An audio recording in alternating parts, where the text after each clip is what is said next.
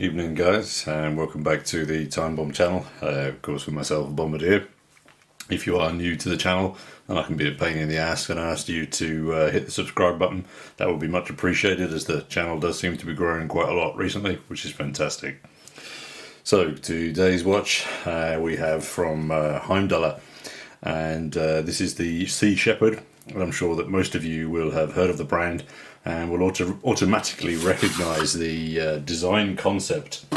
There's a little clue here that this one has taken a few of its leads from. I'm not going to compare this to any other watches, as I prefer to treat this particular watch for exactly what it is. And the other reason for that is that I'm a strong believer in the fact that a watch is a tool. And it doesn't matter, it doesn't make the wearer any different, no matter how expensive it is or how delusional you are. And here is our watch for today, the HEIMDALLR Sea Shepherd. To give you a quick overview there, and as you can see, this one is indeed very much fresh off the production line.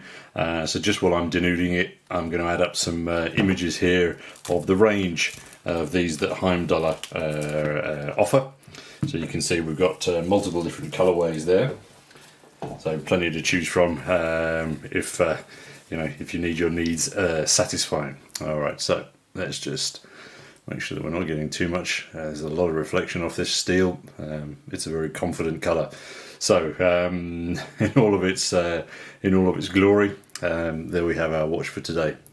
It's very frustrating, the light on that one. Sorry guys. Where can we stick this? About over here. So let's kick off with some specs.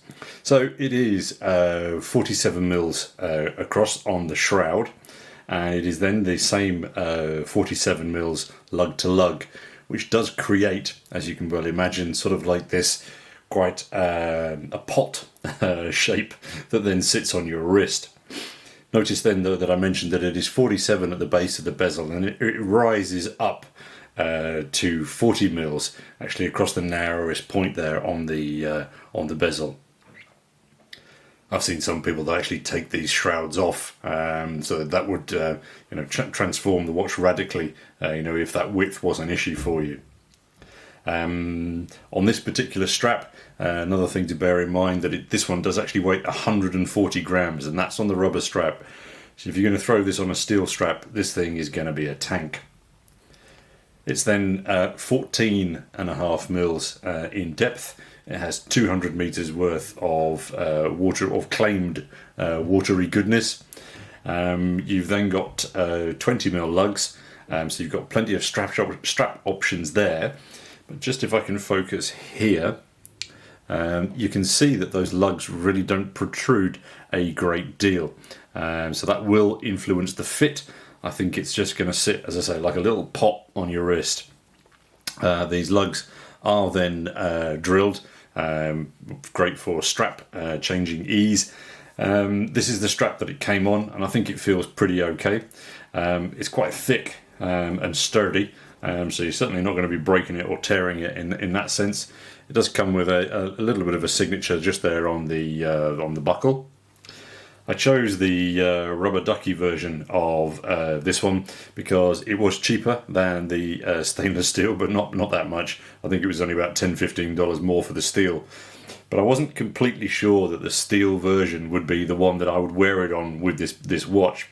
So I thought I'd rather save those $15 and then spend that on a strap of my own. Uncle Seiko does a really nice razor wire for another brand of watch that looks like this, and I think that would work really rather well. Buzzing away inside, of course, while we're on that the subject of Japanese watches, we've got the Seiko NH35A, which most of us will know and understand is an economical yet robust enough for most of us automatic movement. So wherever you can see just on the dial here, we've got day only, so you will still need, of course, to check the calendar to ensure that it is not Monday again. I kind of like the HEIMDALLR brand name. I mean, coming from Norse mythology, mythology even, that's a winner. But as you can see, just at the top here, they prefer to use the shark logo again, which I think is a pretty cool choice. I'm curious to know though. Let me actually just move the hands out of the way, and then you can see what I'm talking about here. So yeah, let's just wind them up a bit more. There we go. So if you can see just down at the bottom, then they've left out that they've redded the zeros on the 200. I'm not quite sure what the rationale for that one is. It seems a little bit of an odd decision, but yeah, you've just got Sea Shepherd automatic and then 200. Maybe they were going for the shark bite effect there. You have Swiss Super C3 loom on the dial here, and it looks like this. And I think that they've done that with aplomb, and that's going to keep most of us very, very, very happy. That's loom nutters. On the dial, as you can see as well, the hour and the minute hands have been painted very, very heavily with loom. And then the obviously the minute hand, the seconds hand has that little lollipop dot just on it there as well. One of the things I did notice just as I was moving the hands there, let me put it back again, is that when the hands are at 180 degrees, you can see that the counterbalance of the minute hand really does obscure quite a lot of the hour hand. However, because it's such a small dial, I don't think it impacts too much on legibility. You then obviously have that nice silvered minute track on the Rehort there, which I think adds a really nice cool transfer down from the steel bezel to that Black Knight dial. The hour markers on here are then simple loom drops, with the 12, 6 and 9 having that thicker silver framing.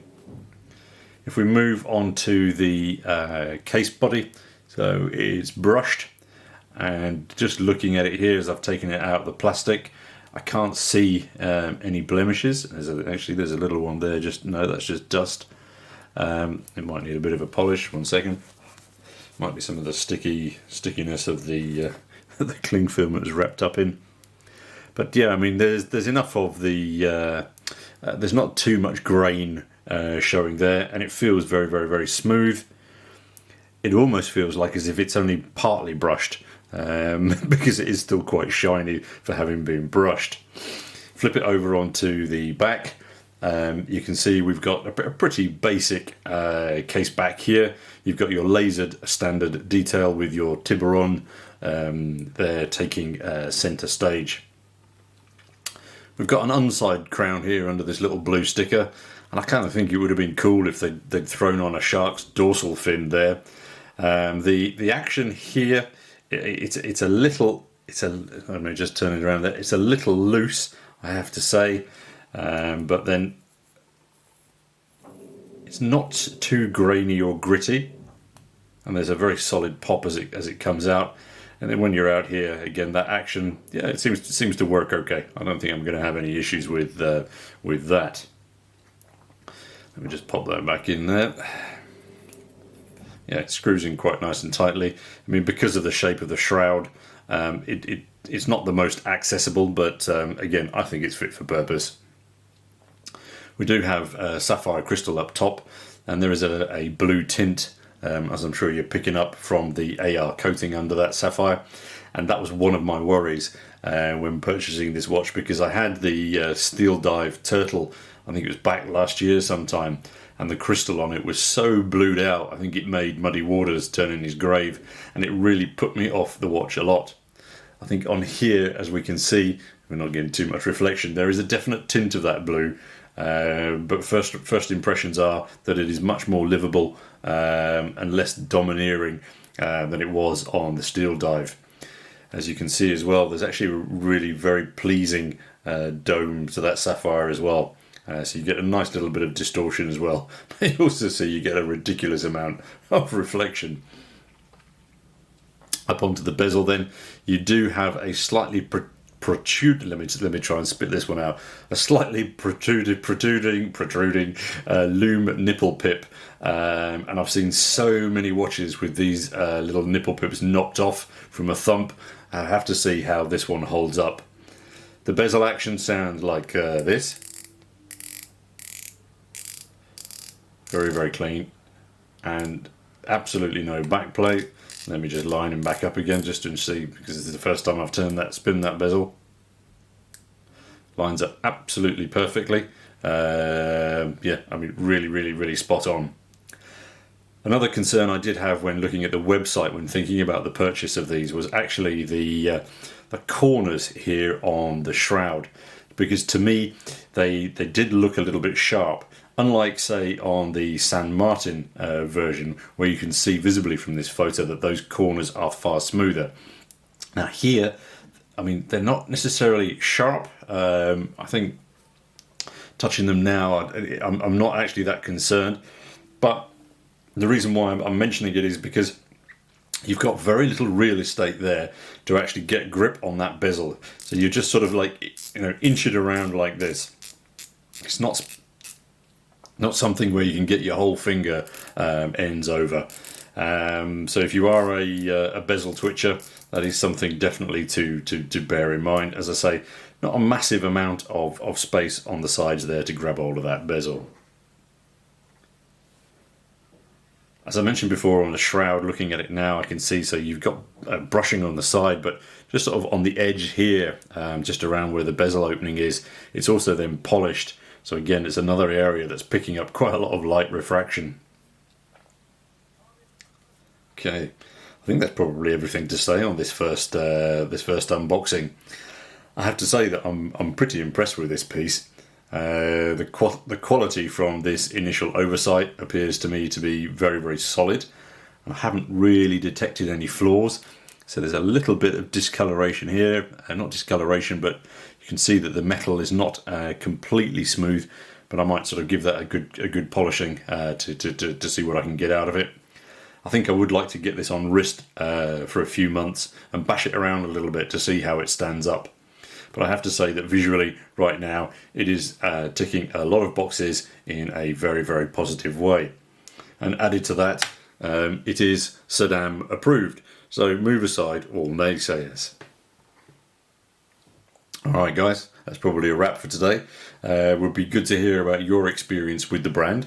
If you've got one of these or one of their other watches, yeah, please drop us a comment down below. And of course, up until next time, this is your host, the Bombardier, signing off. Cheers.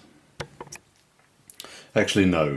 There was one other thing that I was thinking of that I wanted to talk about with this particular watch. As I say, been looking at it since I've just done that last recording, and having a think. And I kind of been thinking about, you know, brand versus other brands, and it does raise the question, doesn't it, really, about the value to quality to price ratio. And I'm wondering if maybe we couldn't come up with some kind of an equation that we could plug our feelings and data into and see what we can get out of it. I mean, as I say, the brand itself, the brand themselves, you know, HEIMDALLR, they produce quite a few of these sort of, you know, I'm going to say it, homage copies. And I think for many of us who specifically can't afford the $1,000, even £1,000 for the version that this one is emulating, I mean, they have this blue monster, which I really like. Just think the colorway and the design is excellent. Anyway, let's have a think about that price ratio equation. If we've got any mathematicians out there who can contribute something to that, please do let me know. Alright guys, I'm going to shut up now. Up until next time, of course, this is your host, the Bombardier, signing off. Cheers guys.